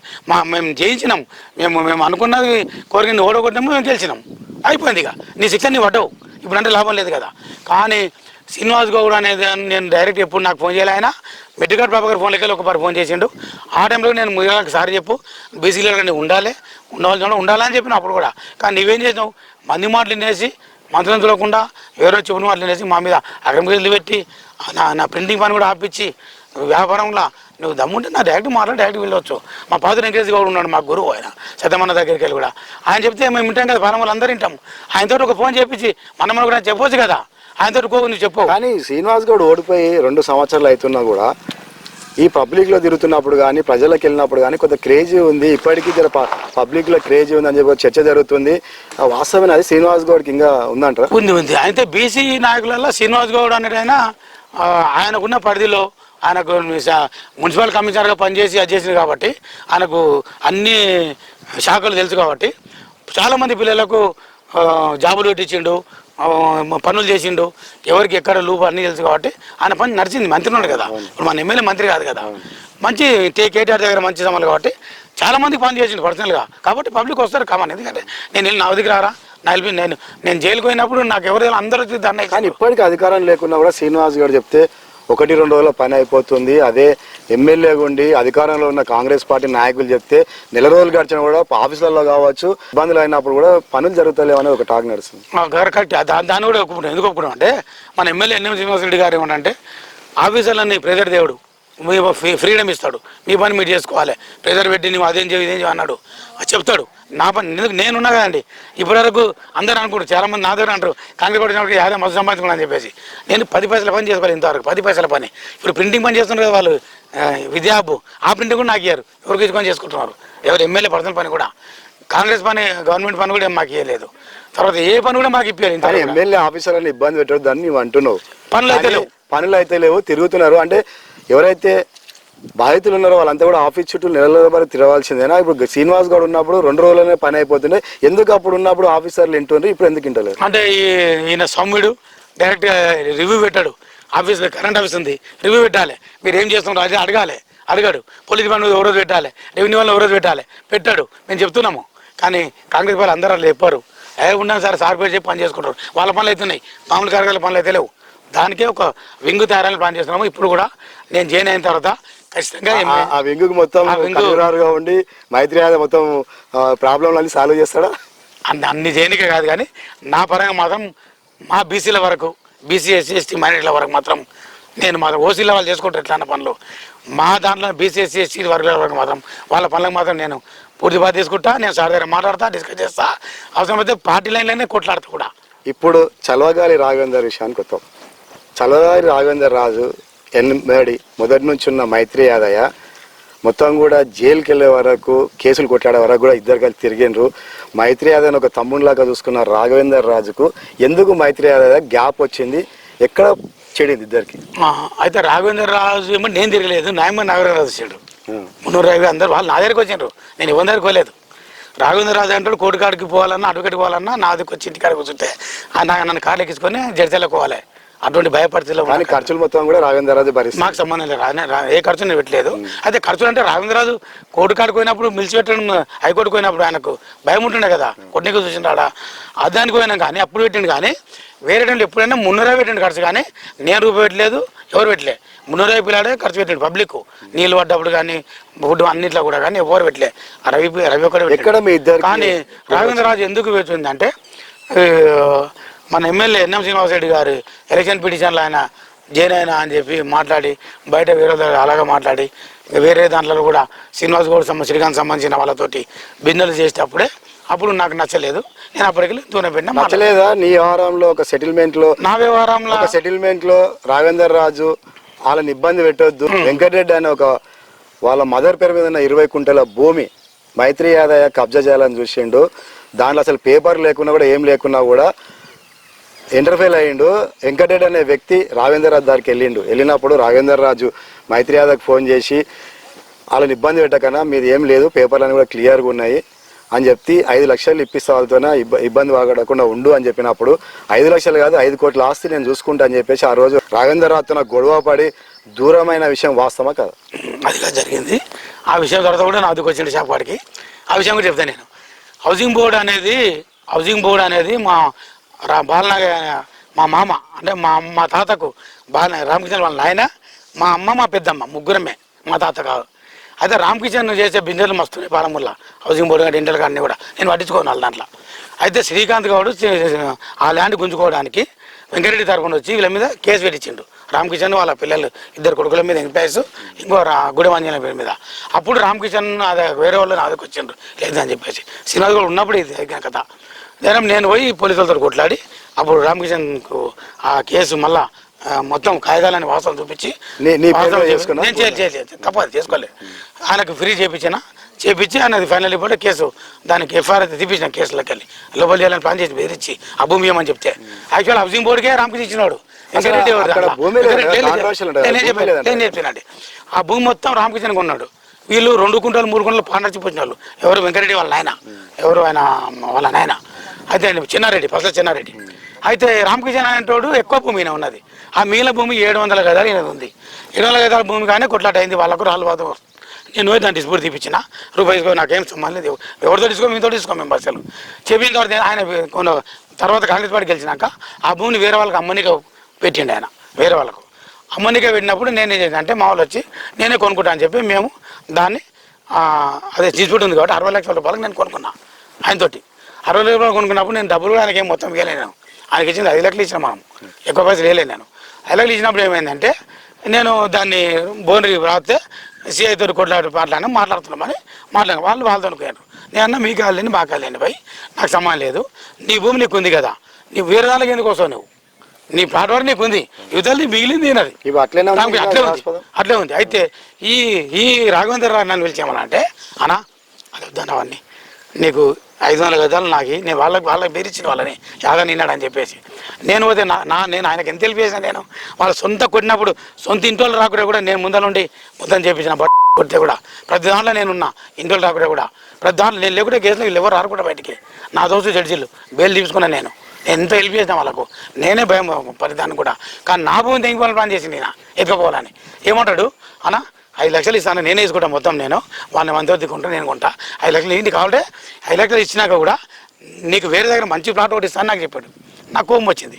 రవి ఈ కథలు నాకు చెప్పక, నీ కథలు ఇటువంటి కథలు నీకు మొత్తం టౌన్లో అంతా బ్లేమ్ అవుతుంది, నువ్వు శ్రీనివాస్ గౌడ్లా కబ్జా తీసుకున్నాడు, అందరితో అగ్రిమెంట్ వేసుకున్నావు అంట అన్నారు. తిట్టొచ్చింది. నేను తిట్టొచ్చిన తర్వాత లేదన్న నీ తమ్ముడు అన్నట్లు ఏనా నీకు, నీ తమ్ముడు అట్లే అయితే వివాస్పద భూమిలో ఒకవైపు ఒకరు ఉండి ఇద్దరు కూడా సెటిల్మెంట్లనే చెడిపోయి. సెటిల్మెంట్ లేదు, నా భూమి నాకే ఉంది ఇప్పుడు కూడా నా దగ్గర ఇప్పుడు నాకే ఉంది. నేనేమన్నా రామకృష్ణ కంటే అక్కడ ఎందుకు ఆగింది అది కూడా 700 గజాలకు రామకృష్ణ ఏం చేసిందంటే, నేను 5 లక్షలు నాకు ఏం చేసిందంటే 700 గజాలు నాకు రిజైన్ చేస్తే నేను దాన్ని కాగితాలను కరెక్ట్ కోర్టుకు పోయి నేను పోలీస్ ప్రొటెక్షన్ తీసుకొని వచ్చి నేను రాళ్ళు పోతాను. నేను అన్న ఈయన ఏం చేసి రామకృష్ణ అంటే 180 గజాలు నాకు రిజైన్ చేయలేడు, 523 గజాలు రిజైన్ చేసాడు. 180 గజాలు చేయను అనుకో. ఇప్పుడు ఏం చెప్తాను రామకృష్ణ అంటే, నాకు 180 గజాలు చేస్తేనే నేను ఆడిపోతా, లేకపోతే నేను పెట్టిన పైన 6 లక్షలు పెట్టిన ఖర్చు 3-4 లక్షల రూపాయలు రిజైన్కి అయింది, 1,50,000 రూపాయలు రిజైన్కి అయింది, 3-4 లక్షల రూపాయలు రామకృష్ణకి ఇచ్చింది. నేను మొత్తం 5 లక్షలు 6 లక్షలు 1 లక్ష రూపాయలు ఖర్చు అయింది. నా 6 లక్షలు నాకు ఇచ్చే, నీ భూమి నీకు వాపస్ చేస్తాను చెప్తున్నా. నాకు భూములు అవసరం లేదు, నేను ఉన్న భూములు చూసుకుంటే చాలా ఉన్నాయి. మైదినాల్లో 10,000 ప్లాట్ ఇచ్చిన నా పేరు మీద. ఇటువంటి డిస్ప్యూట్ లాంటి తీసుకోను. ఈ రాఘవేంద్ర ఏం చేయాలి, వాడిని పిలవాలి, నన్ను పిలవాలి, పిలిచి కూర్చోబెట్టి అన్న ఏందన్నా మారుదామని చెప్పాలి. కానీ నీది వాణి ఇదే నీది తీసుకుంటాను, నేను తీసుకుంటానా, నీకు పైసలు ఇస్తా అంటే నాకు ఒప్పు తిన్నా. రోజు తిన్నాక కూడా ఏం దూరం కాలేదు. మళ్ళీ ఫోన్ మారుతూ అన్నీ వస్తున్నాడు, చాపడికి వచ్చిండు. మళ్ళీ ఆనంద్ గౌడ్ పంచాయతీ చిన్న డిస్ప్యూట్ వస్తే చాపడికి కూర్చున్నాడు, అన్నీ చేసిండు. తర్వాత నేనే కోర్టులో ఎవరికి వెళ్తాడు చెప్పిన, నువ్వు అన్నీ బ్లేమ్ చేస్తున్నావు గవర్నమెంట్ని. అప్పుడు శ్రీనివాస్ గౌడ్ చేసిండు, ఇప్పుడు నువ్వు చేస్తున్నావు అని తిన్నా. అప్పటికే నేను మాటలు పని. ఆనంద్ గౌడ్ అంటే ఒక విషయం చెప్పాలి, గతంలో ఆనంద్ గౌడ్ పైన చాలా విమర్శలు చేసినావు. రాఘవేందర్ రాజు సైడ్ ఉండి కూడా మొత్తం ఆయన మీద చాలాసార్లు పోస్టులు పెట్టి కొద్దిగా ఇబ్బంది చేసినావు. కానీ మొన్న ఏదో మైత్రి యాదవ్ ఇంటికి వచ్చి టిఫిన్ చేసిన సందర్భాలు చూసినా మళ్ళీ ఎక్కడ ఇద్దరు ఆనంద్ గౌడ్ నేను ఎప్పుడు పోస్ట్ పెట్టలేదు, నేను ఎప్పుడు పెట్టాను కూడా. అందుకని బీసీ గౌడ్ కానీ శ్రీనివాస్ గౌడ్ తోటి ఉన్నప్పుడు పెట్టినా. నాకు శ్రీనివాస్ గౌడ్ అంటే కోపం, కానీ మిగతా శ్రీనివాస్ గౌడ్ రాజశేఖర్ గౌడ్ వీళ్ళంతా కోపం కాదు నాకు. Only Srinivas Goud target. ఎందుకంటే శ్రీనివాస్ గౌడ్ బీసీలని ముగిరాలని కుదలమన్నాడు, మా సత్తా చూస్తున్నాడు, మా అక్రమకెళ్ళి పెట్టిండు, మా వాళ్ళ భూములు కొంచెం కాబట్టి ఆయనే టార్గెట్. ఆయనకు సపోర్ట్ ఎవరైనా అని తిడతా. ఆనంద్ గౌడ్ ఏంటంటే మంచిగా ఉంది మా ఫ్రెండ్ సర్కిల్ అంతా కూడా. నాకు మైదాన కానీ లైట్ ఏమంటే వేసిన కూడా చేరు ఉన్నప్పుడు మనకేం వ్యతిరేకం కాదు. మన వినాయక చవితికి ఎమ్మెల్యేని ఆనంద్ గౌడ్ అందరిని పిలిచిన. ఆయన మా పిల్లాడు వినాయక్ నేను దేవుడిని నమ్మను, నేను దేవుడిని నమ్మను, నాకు ఫోన్ కూడా పూజలానికి. కానీ మా పిల్లాడు వినాయక పెట్టుకున్నాడు కాబట్టి అందరిని పిలవమని పిలిచిన. ఆనంద్ గౌడ్ వచ్చినప్పుడు కూర్చొని తిన్నాము. ఆనంద్ గౌడ్ మాకు మంచిగా సార్, ఎందుకంటే బీజీ నాయకుడు ఎదుగుతున్నాడు. రేపు పొద్దున ఎమ్మెల్యే ఆయనకు అవకాశాలు ఉన్నాయి, చైర్మన్ చేసిండు. పోరాడండి ప్రతి ఒక్కరు బీసీలలో ఎంతమంది అయితే నాకు అంత లాభం అంతే. నేను అది చూస్తా. కానీ నాకు ఆనంద్ గౌడ రాఘవేంద్రరావు హైలలో అని చెప్పినాము. కానీ ఒక దిక్కు బీసీ నాయకుడు, మరో దిక్కు రెడ్డి నాయకుడు ఎంఎస్ఆర్ ఆనంద్ గౌడ్ ఇప్పుడు కార్పొరేషన్ మేయర్ పోటీలో ఉన్నట్లుగా కొత్త చర్చ జరుగుతుంది. మీడియా పరంగా లీకులు ఇస్తున్నారు ఎవరంతా వాళ్ళు, నేనుంటా అని చెప్పేసి. కానీ ఇద్దరితో సన్నిహితంగా ఉన్న మైత్రి యాదయ్య ఎవరిని మేయర్ చేయబోతున్నారు మన చేతుల్లో లేదు కదా. అది రెడ్డి అయితేనేమో ఎంఎస్ఆర్ కావాలని గట్టిగా కోరుకుంటా. ఎందుకంటే బీసీ అయితే మాత్రం వేరే వాళ్ళు ఆనంద్ గౌడ, మా వెంకటేష్ అన్న, లేకపోతే సంజు ముదిరాజా, మాకు కూడా హక్కు ఉంది కదా దాంట్లో. ఎక్కువ జనం మనం యాదవ్లో లక్ష్మీనాథ్కి ఇచ్చింది కాబట్టి మూడో కాబట్టి మాకేం ముదిరాలకేం ఇయ్యలే ఇప్పుడు వరకు. శ్రీనివాస్ గౌడ్ న్యాయం మూడో చైర్మన్ ఇచ్చిండు, వైస్ చైర్మన్ ఇచ్చిండు, ఇంకోటి ఇచ్చిండు, 3-4 ఇచ్చిండు. ఇప్పుడు ఇస్తలేరు అట్లా. కాబట్టి మా ముదిరాలకు నేను కోరుకుంటూ అడుగుతా, ఖచ్చితంగా హక్కుని అడుగుతా. ఎంఎస్ఆర్ఏ మేయర్ కావాలని ఎందుకంటున్నా రెడ్డిలలో అంటే, రెడ్డిలలో అట్లా ఉన్నోడు ఎవరు లేడు. ఇప్పుడు కొట్లాడి ఇప్పుడు శ్రీనివాస్ అంత బయటకు వచ్చి కొట్లాడి ఇప్పుడు పార్టీకి మేలు చేసే వాళ్ళు ఎవరు లేరు కాబట్టి, డబ్బు కూడా పెట్టే కెపాసిటీ ఎవరు లేదు కాబట్టి నేను ఎంఎస్ఆర్ సపోర్ట్ చేస్తున్నాను. ఎందుకు చేస్తున్నాను ఎంఎస్ఆర్ కంటే, ఎంఎస్ఆర్ 4 వేలు ఖర్చు పెడుతున్నాడు, 4 జాబులు ఇస్తున్నాడు, 4 సంవత్సరాలు చెప్తున్నాడు. నువ్వు మీరు చేయండి అట్లా తయారీ చెప్తా. నువ్వు ఆయనకు పార్టీ పది లేకుండా పని చేస్తున్నాడు కాబట్టి ఎంఎస్ఆర్ని ఎందుకంటే ఎంఎస్ఆర్లోనే మేరకు వెళ్ళగలుగుతాం అనేది నా ఆలోచన. ఎందుకు ఆలోచన అంటే ఆయనకు అన్ని వాళ్ళలో ఉన్న వేది కానీ ఆయన కూడా అంతకుముందు ఆయన కూడా చాలా తిట్టినా, ఎందుకంటే నువ్వు రెడ్డి ఉండి మీరు ఇంట్లో ఏ ఊళ్ళోకి వెళ్ళి ఉంటుంది నీవేం తీయని అన్నం కూడా. కాకపోతే అంటే ఆయన కూడా మా బండ్లగేరి నేను చిన్నప్పుడు గుర్తుపెట్టాను కదా, తర్వాత ఆయన చెప్పిండు అన్న నేను గుర్తుపడినా, తర్వాత ఏమేశారు మా బండ్లగేరి నీళ్ళు ఎట్లుంటాయంటే ఎవరికి భయపడరు, అంటే కొట్టాడ దాంట్లో ముందుంటారు, అన్నిట్లో ముందుంటారు, నిజాయితీ ఉంటారు అంటారు, డబ్బు లేకుండా కూడా. ఆయన కూడా సొంత డబ్బు పెడుతున్నాడు కానీ ఆయన పార్టీ ఏమైనా సంపాదిస్తున్నాడు. ఎన్ఎం శ్రీనివాసరెడ్డికి రైట్ హ్యాండ్ లెఫ్ట్ హ్యాండ్గా ఓ సైడ్ ఎంఎస్ఆర్ ఓ సైడ్ ఎన్పి వెంకటేష్ అని ఇప్పుడు కొద్దిగా చర్చ జరుగుతుంది టౌన్లో. అంటే ఇద్దరు కలిసే ఉంటారు. కాన్స్టిట్యున్సీ హోమ్ మినిస్టర్ కూడా ఎంఎస్ఆర్ అని చెప్తారు, ఎంతవరకు నిజం? అట్లా హోమ్ మినిస్టర్ ఎంఎస్ఆర్ అని అందరూ ఫోన్ చేస్తారు కానీ ఎంఎస్ఆర్ కొంచెం ఎక్కువ చేస్తాడు డిపార్ట్మెంట్. దాంట్లో ఎట్లా చేస్తాడు? ఏం చేస్తే డిపార్ట్మెంట్ వాళ్ళకి ఫోన్ చేస్తాడు, మీరు పోయిన న్యాయం దాన్ని చూడమంటే న్యాయం చూడమంటాడు, ఎవరికి ఏముందో చూసి మాట్లాడి చేయమంటాడు, అంతేగాని ఫుల్ ప్రెజర్ చేయడు. మళ్ళీ వీలు పడితే మాట్లాడతాడు. చెప్తే ఆయన పని చేస్తే ఉంటారు, లేదంటే ట్రాన్స్ఫర్లు చేస్తారు, తీసుకొస్తారు ఇంకొకరిని పెడతారు, అట్లా కూడా ట్రాన్స్ఫర్లు చేసుకర్లు డిపార్ట్మెంట్ లో బాగా నడిపిస్తారంట కదా. డిపార్ట్మెంట్ పోలీస్ డిపార్ట్మెంట్ ఆయన చూసుకుంటున్నాడు, నడుస్తుంది. ఆయన ఎవరిని కూడా ప్రెజర్ చెప్పాడు, అట్లా చెప్పాడు కానీ న్యాయం చూస్తాడు ఫస్ట్ పాయింట్. అక్కడ అన్యాయం జరిగింది అన్నప్పుడు మన ఈరాన్పేటలో ఒక రేప్ కేసు జరిగింది, ఎస్సీ డైరెక్టర్ రిమాండ్ చేపిస్తుంది. మన ఆడ రెడ్లు బార్ షాప్ కాడ చంపింది, నేను ఫోన్ చేసి అందరు రిమాండ్ చేపిస్తుంది. తర్వాత మా పిల్లలు మాచంపల్లి కేసులో రిమాండ్ చేయించినాము. తర్వాత సింధోటలో మా పిల్లలు అంతా టీఆర్ఎస్ వాళ్ళే 10 మంది కొట్టిండ్రు, మళ్ళీ కొట్టిన బాగా 5 మంది రిమాండ్ చేయించినాం. మొత్తానికి కాన్షియన్స్ లో ఎంఎస్ఆర్ నడుస్తుంది అంటారు. ఎంఎస్ఆర్ నడుస్తుంది, నడవాలి కూడా, కానీ మేము నడవాలి అసలు చెప్పాలంటే ముదిరాలే నడవాలి లెక్క అయితే. కానీ మా ముదిరాల ముందుకు వస్తలేదు కాబట్టి నడసలేదు. నాయకుడు వస్తలేడా ముదిరాజులలో? అటువంటి నాయకులు ఉన్నారు కానీ కొంచెం మా వాళ్ళు కొంచెం వెనకబడి ఉన్నారని. ఎందుకు వెనక ఉన్నారంటే మా వాళ్ళు ఒక టీం మెయింటైన్స్ మా వాళ్ళని కలకపోవడంలో మా దాంట్లో కొంచెం ప్రాబ్లమ్స్ ఉన్నాయి. వెంకటేష్ అన్న ఒకటే బయటకు వచ్చింది అప్పట్లో కూడా. రాఘవేంద్ర కొట్టినప్పుడు వెంకటేష్ అన్న ఎవరు ఉండరు, ఎవరైనా దిక్కున్నారా? మా వెంకటేష్ అన్న కదా మాట్లాడింది, అన్నిటికీ మా బేళ్ళకు అన్ని తిరిగి ఆయనే కదా. కాబట్టి ఆయన ఎమ్మెల్యే చూడాలనే నా చిరకాల వాంశ పాలమూరుకు. ఎందుకు వాంశ అంటే అప్పుడు శ్రీనివాస్ గౌడ్ అక్రమాలప్పుడు మాకు వెంకటేశ్వర తప్పితే ఎవరు దిక్కులేడు ఆ రోజు. ఇలా మస్తు మంది వస్తారు, అది వేరే విషయం. కానీ వెంకటేష్ అన్నని ఎమ్మెల్యే చేయాలనే మాది నెక్స్ట్ ఆలోచన. ఆ ఎమ్మెల్యే అవ్వడానికి మాకు ఎంఎస్ఆర్ పనిచేస్తాడనే నా ఆలోచన. మేయర్గా ఉంటే 3 ఏళ్ళు ఉంటాడు కదా అప్పుడు ఎంఎస్ఆర్ మేయర్గా ఉంటే మాకు ఎమ్మెల్యే ఈజీ అవుతుంది. నాకు 2 అవుతాయి కదా, ఒకటి రెడ్లకొని ఒకటి మేము ఎక్కువ సమాజం కూడా మా ముదిరాజుకు వెంకటేష్ అన్నకి ఎమ్మెల్యే టికెట్ తీసుకుంటాం మేము పక్క తీసుకొని మేము గెలిపించుకున్న నేను ఆలోచన ఉన్నా. అంతేగాని నాకు దీంట్లో స్వార్థం లేదు, నేను ఎంఎస్ఆర్కి ఏమి చేయలేదు. ఏమంతో రూపాయి ఫైల్ తీసుకో, మేము ఫైల్ ఇస్తుంటే నేను రానియను. ముందు చెప్పాలంటే అదే 200 డబ్బులు ఇస్తున్నట్టు కూడా రానియను. నేను ఒకనొక వేసలో ముడిగా ఒక డబ్బులు ఇసుకొని తెలిస్తే షాప్ కొని తిన్నాము. ఇంకో తర్వాత అంతా అని చెప్పిన, నా దగ్గర రావద్దని చెప్పిన షాప్ కాడికి. మా గోల్చి నేను ఫైల్ తీసుకుంటే రావద్దని చెప్పిన. నేను ఎవరు చూడండి, నేను ఎందుకు మొన్న మిడికల్ ప్రభాకర్ విశ్వవిద్యాలయానికి అయితే అంతా ఒక గ్యాంగ్గా ఉన్న వీళ్ళంతా కూడా వేరే అయిపోతున్నారు. ఇప్పుడు రాఘవేంద్ర దూరం అయిపోయాడు, మున్నూరావి వస్తలేడు, తర్వాత గోనెల్సిన వస్తలేడు, మన మెట్టుగాడు ప్రభాకర్ మీద కూడా కొద్దిగా అంత దూరం చేసేసినావు. మొత్తానికి అయితే అయిపోయి ఏకాకి అయిపోయినావు. ఇప్పుడు మొత్తానికి మళ్ళీ ఎమ్మెల్యే ఎంబడి కాంగ్రెస్ పార్టీలో వెళ్దాం అనుకున్నావు. కాంగ్రెస్ పార్టీలో సముద్రం పెద్దది, 25-30 సంవత్సరాలు ఉన్న వాళ్ళు కూడా ఉన్నారు అందులో. మైత్రి యాదవ్ అయ్యి అసలు ఏంది లక్ష్యం నీది అంటే, మైత్రి యాదవ్ అయ్యి ఏం చేద్దాం అనుకున్నాడు? కాంగ్రెస్ పార్టీని మొత్తము నేనే బతికించిన అంటున్నా మైత్రి యాదవ్, దాన్ని ఇంకా ఏం చేస్తారు? 100%గా నేను బతికిందా నేను కొన్ని పాలమూరులో ఎలిమిల్ ఎక్కడొచ్చు. కాంగ్రెస్ పార్టీ అంటే భయపడిన వాళ్ళు ఒక ఎందుకు రాఘునాథ్ కొట్టినప్పుడు వినోద్ ఒక వచ్చిపోయింది అంతే. కాంగ్రెస్ పార్టీకి వెళ్ళి ఒక్కరు రాలేడు మేము తప్పితే. తర్వాత రాజేంద్ర రెడ్డి కొట్టినప్పుడు మేము పోయి ధర్నా చేసినాం అక్కడ లొల్లి వేసి, అయితే మస్తు చేసినాం. కానీ ఏకాకి కాదు మేము. అప్పుడైనా అందరు నా దగ్గర రావాలి, ఇప్పుడు నా దగ్గరికి వస్తారు. కొంతమంది పోతుంటారు డెవలప్ అయ్యి, కొంతమంది కొత్తలు వస్తున్నారు నా దగ్గరికి. అంతేగాని మా పార్టీలో మారకముందే నీకు క్యాంప్ ఆఫీస్లో ఎమ్మెల్యే క్యాంప్ ఆఫీస్లో అవమానాలు జరిగినాయి. కానీ ఇప్పుడు పార్టీలో కలిసిన తర్వాత నువ్వు అక్కడ నెగ్గుకొస్తానే ఉంటావు. ఎందుకంటే విత్ ఇన్ ది కాంగ్రెస్ పార్టీలో కూడా చాలా మంది మీద నువ్వు సోషల్ మీడియా వేదిక కూడా చాలా విమర్శలు చేసినావు, డైరెక్ట్ తిట్టిన రోజులు ఉన్నాయి. వాళ్ళంతా కూడా ఇప్పుడు నిన్ను పార్టీలో చేర్పించుకోవడానికి సంసిద్ధంగా ఉన్నారు. అందరూ ఇప్పుడు ఒక్కసారి మాత్రమే ఆ పిఏ చేసిన మా పల్లిపల్లి దాంట్లో లొల్లైంది, తిన్నా. తర్వాత ఎమ్మెల్యే గారు మేమంతా చాలా క్లోజ్ ఉంటాం, అందరు కూడా క్లోజ్ ఉంటారు. నేను చాలా మంది తిన్నా కదా, శరత్ గారిని వీళ్ళందరూ డిస్ప్యూట్లు వచ్చినాయి. బండి మల్లేష్ని మా బీసీ బిడ్డని తిట్టినప్పుడు నేను అందరం తిన్నా కాంగ్రెస్ వాళ్ళని. ఎందుకంటే బండి మల్లేష్ అనే పిల్లలు మా బీసీ బిడ్డ పార్టీలు ఎవరు లేనప్పుడు ఆఫీస్ తెరుచుకొని ఊడ్చి అన్నీ చేసిన పిల్లాడు. మన అభిలాన్ని కేసు అయినప్పుడు లొల్లి అయినప్పుడు ఎందుకు సపోర్ట్ అని తిన్నా నేను. దాంట్లో తప్పేముందాడా? తర్వాత మళ్ళీ సంజయ్ తీసుకుంటూ మాట్లాడారు, అందరూ మంచిగా పని. ఇప్పుడు ఏం లేదు, ఎవరు కూడా ఏమి ఇది లేదు. కాబట్టి కాంగ్రెస్ పార్టీలు ఏమంటే నేను ఎమ్మెల్యే గారికి చెడు తగిలించకుండా ఆయనని బదలం చేయకుండా చేసేది చేయకుండా ఉండే ఎవరైనా నేను మంచి చేస్తా. ఎమ్మెల్యే గారికి చెడు వచ్చే పార్టీకి మనం ఇప్పుడు అక్రమాలు చేస్తున్నాడు భూకాలు చేస్తున్నాం అని చెప్పేసి ఆయన తీపించి మనం నేర్చుకున్నాం. ఈయన మీద అట్లా చేసినప్పుడు మాకు ఎట్లా వాల్యూ ఉంటుంది పబ్లిక్లో పోతే? ఎమ్మెల్యే గారు మేము చెప్పినాం. ఇప్పుడు రేపు కాంగ్రెస్ పార్టీలో కలుస్తావు, కలిసిన తర్వాత ఒక బీసీ వ్యక్తికి అన్యాయం జరుగుతుంది, అది కాంగ్రెస్ పార్టీ లీడరా ఎవరో అన్యాయం చేస్తారు, నువ్వు ఎత్తింది పార్టీలో ఉండి వాళ్ళ మీద ఎట్లా కొట్లాడతావు? ఖచ్చితంగా కొట్లాడతా, చట్టపరం కొట్లాడతాం. పోలీస్ కంప్లైంట్ ఇస్తా, పోతా, ఎమ్మెల్యేతో మాట్లాడతా, అవుతా, సీఎం దగ్గర మాట్లాడతా, మన మీద చర్య తీసుకోవాలని చెప్తా. పార్టీ అయితే ఓడైతే మా బీసీలకు అన్యాయం జరగద్దు, ఖచ్చితంగా ఉంటా, అడవులు ఉంటా. అదే మాట అవి కూడా మా బీసీలు హక్కులేక పోరాడతాం. మీరు రేట్లో 10 వచ్చింది ఎవరికి వెళ్ళాలంటే బీసీలకు వెళ్ళి ముందు ఆడతా. మెజార్టీ ప్రకారం ఏమంటా ముదిరాలు ఎంతమంటారు, వాళ్ళకి ఎన్ని ఇచ్చినావు పోస్టులు, యాదవులకు ఎంత ఇచ్చినావు, పద్మశాలకు ఎంత ఇచ్చినావు, ముండకాపులకు ఎంత ఇచ్చినావు, వాళ్ళ గౌలకు ఎంత ఇచ్చినావు, అట్లా రేషోపకం ఏమంటాను కొట్లాడతాను నేను. ఇప్పుడు అడగలేరు ఎవరు, అందరికి అప్పు కూర్చుండ్రు. 2 రెడ్లు పోస్టులు మన ఏది లైబ్రరీ చైర్మన్, ఒకటి మార్కెట్ కమిటీ చైర్మన్, రెడ్లకి ఎట్లు ఇస్తారండి?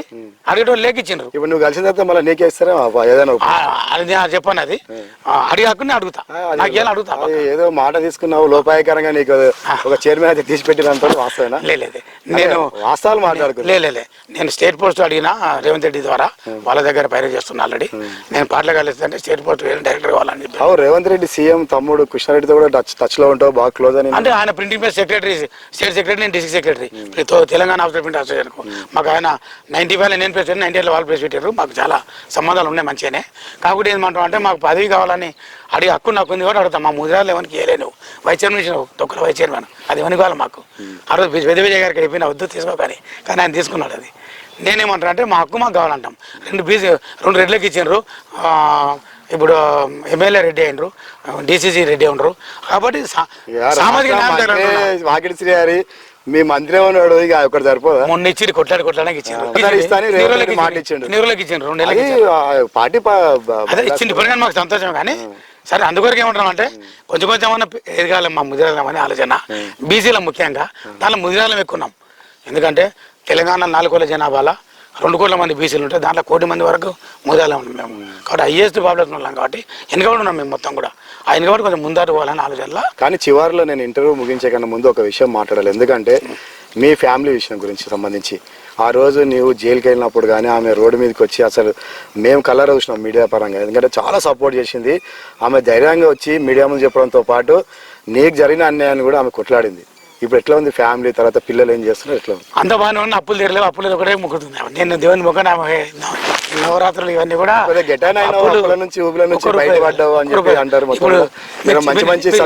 చెప్తే నమ్మరు. 15 రోజులకి వెళ్ళి 100 రూపాయలు చేయలేవు. లేటెస్ట్గా ఇంటర్వ్యూకి వచ్చేటప్పుడు ములిని 500 ఫోన్లో కొట్టని చెప్పింది నేను. మా వస్తారు అందరూ ఛాయ్ తెప్పిన డబ్బులు లేకుంటే ఆ రుణాలతో తీసుకుని డబ్బులు తెప్పిస్తాను నేను ఛాయలు. మా జనతగా మామూలు ఎవరితో లేకుంటే పెడతాను. శ్రీనివాస్ గౌడ్ కు వ్యతిరేకంగా కొట్లాడిన తర్వాత కొద్దిగా ఆ ఫేమ్ తీసుకొని జనతా గ్యారేజ్ పేరు మీద జర బాగానే కొన్ని పనులు చేసుకున్నాడు. అంటే సెటిల్మెంట్ అని కాదు కానీ కొన్ని పనులు అయినాయి. మైత్రి ఆర్థికంగా బాగానే ఉన్నాడు అనేది నేను చర్చ జరుగుతుంది. ఎప్పుడు నేను ఉన్నదే మాట్లాడతా. ఈ రోజు నేను పాలెంలో ఉన్నా అంటే ఓన్లీ మా ఎస్ఎస్ రామరెడ్డి సార్ వాళ్ళ దయ, వాళ్ళ ఆశీస్సులు వాళ్ళ దిక్కేలే మనం ఉన్నాం. లేకపోతే మన పార్లమెంట్ సైడ్ పోయే పరిస్థితి మనకు 100 రూపాయలు పెట్రోల్ లేక పరిస్థితిలో ఉన్నప్పుడు కూడా వాళ్ళు పిలిచి నన్ను తీసుకోపోయి పైసలు తీసుకుపోయి ఎవరైనా ప్రింటింగ్ బిజినెస్ చేస్తే డబ్బులు ఇస్తారు మనకు. అడ్వాన్స్ ఇచ్చి నాకు బిల్లు తీసుకోపో, ఈ పని తీసుకో, మెటీరియల్ తెచ్చుకో, 10 సప్లై ఇచ్చిండ్రు. కానీ ఎవరు నాకు రూపాయలే పాలెంలో ఎంత వేల మందికి పనిచేసిన. మొన్న కూడా ఒక 8 లక్షల పంచాయతీ తెంపిన. కానీ పైసలు తీసుకోవచ్చు మనం, ఒక్కరు వేసుకొని నేను ఇప్పుడు వాళ్ళు నేనే చాలా తప్పిన. కానీ సారోల దిక్కుకెళ్ళే కానీ నేను ఎవ్వరికి పాలెంలో ఇవాళ ఈవెన్ మా అన్నదమ్ములకు మా పాలలు మా చాలా మంది చేద్దాం మాతో. కానీ ఎవ్వరు నాకు కూడా హెల్ప్ చేయలేదు. ఓన్లీ సిరప్ మా ఎస్ఎస్ రామరెడ్డి సార్ వాళ్ళు ఒకరు తప్పితే ఇప్పటికీ కూడా ఇప్పుడు కూడా డబ్బులు అంటే పండుగ వీళ్ళ జీతాలు లేని పైసలే కానీ ఆయన ఇచ్చుకొని చేసుకోవడం. కానీ ఎవరు రూపాయి తీసుకోలేదు, 1 రూపాయి అప్పు దిగలేదు నాకు. 80 లక్షలు 80 లక్షలు అట్లే ఉంది. 70 రూపాయలు అప్పులలో కూడా కావాలంటే నా లిస్ట్ అవుతుంది. అప్పుడు 14లో ఇప్పుడు కాదు, అప్పుడు అప్పులు ఇప్పుడు అట్లే ఉన్నారు. కానీ మొదటి నుంచి కూడా నువ్వు ఇవన్నీ కూడా ఏదో బాధితుల కోసం పోరాటం కావచ్చు, రాజకీయాల వైపు చేసి కనీసం ఆ ఫ్యామిలీతో టైం ఇచ్చి ఎంతమంది పిల్లలు వాళ్ళతో టైం గడుస్తుందా? 6 మంది పిల్లలు, ఒక పాప క్యాన్సర్ చనిపోయింది. అప్పుడు కూడా నాకు వీడియోలో చెప్పిండ్రు క్యాన్సర్ కు డబ్బులు వేయడానికి ఇదేంది అంటే, డబ్బులు నీవు ఇప్పుడు 5 మంది పిల్లలు నాకు. ఒక పిల్ల బీటెక్ చేస్తుండ్రు మల్లారెడ్డి కాలేజీలో, ర్యాంక్ వచ్చింది, ఫీజు వచ్చింది. తర్వాత ఇంకో పాప ఇంటర్ హైదరాబాద్లో చేపిస్తున్నా, ఇంకో బాబు షాపులు ఉంటాడు, ఆ పిల్లలు కొంచెం ఇది ఉన్నాడు, ఇంటర్ పాస్ అయ్యాడు. 2 పిల్లలు 6th క్లాస్ చదువుతుంటారు అండి. కానీ అంత బాగుంది, అన్ని బాగుంది, కానీ ఫైనాన్షియల్ మాత్రం చాలా క్రిటికల్ పరిస్థితిలో ఉన్నామంట. క్రిటికల్ పరిస్థితి అంటే 100 రూపాయలు లేని పరిస్థితులు ఇప్పటికి కూడా నేను మైత్రి అదే ఎవరు నమ్మరు.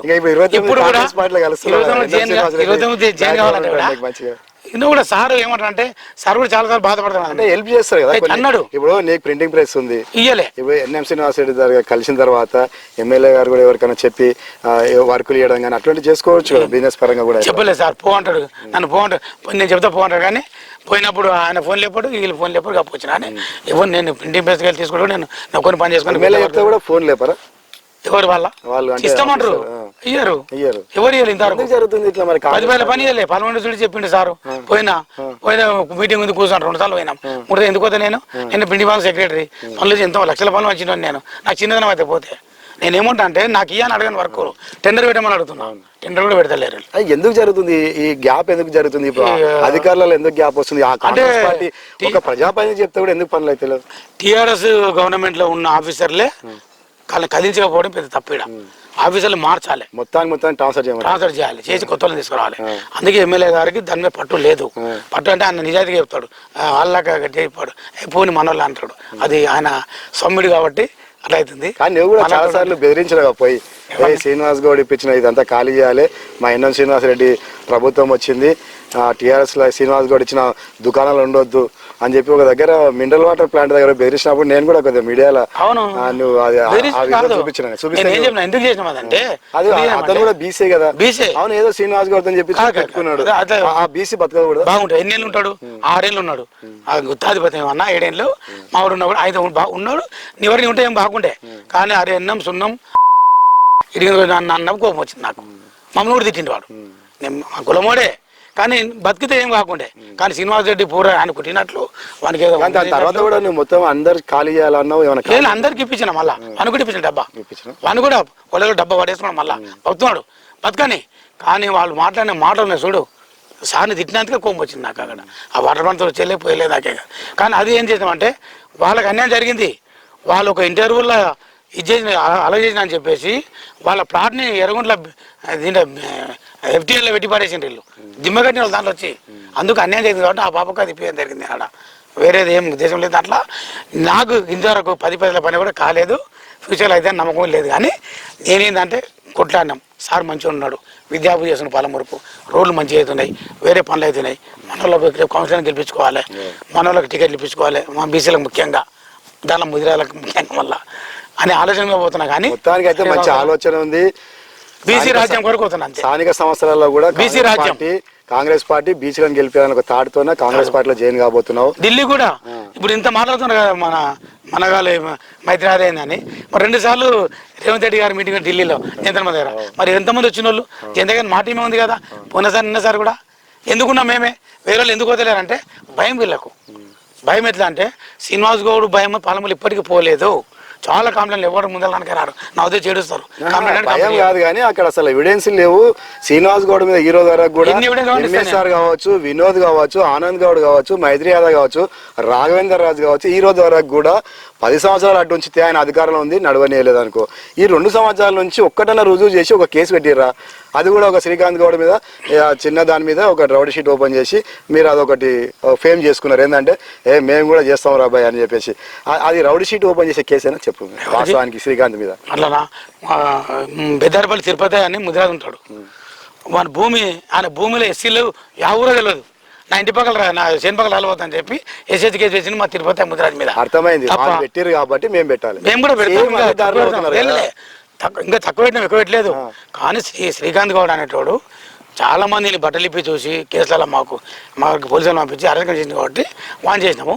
నెక్స్ట్ శ్రీనివాస్ గౌడ్ వస్తుంది ఫామ్ హౌస్ కూడా డబుల్ బెడ్రూమ్ ఇల్లు ఇచ్చి ఫామ్ హౌస్ కాడ ల్యాండ్ కొన్నాడు. ఎవిడెన్స్ ఉన్నాయి, అవన్నీ ఆచరణ నడుస్తున్నాయి. సంవత్సరాలు చూపిస్తారు, ఎవిడెన్స్లు ఉన్నాయని మీడియా పరంగా చెప్తారు.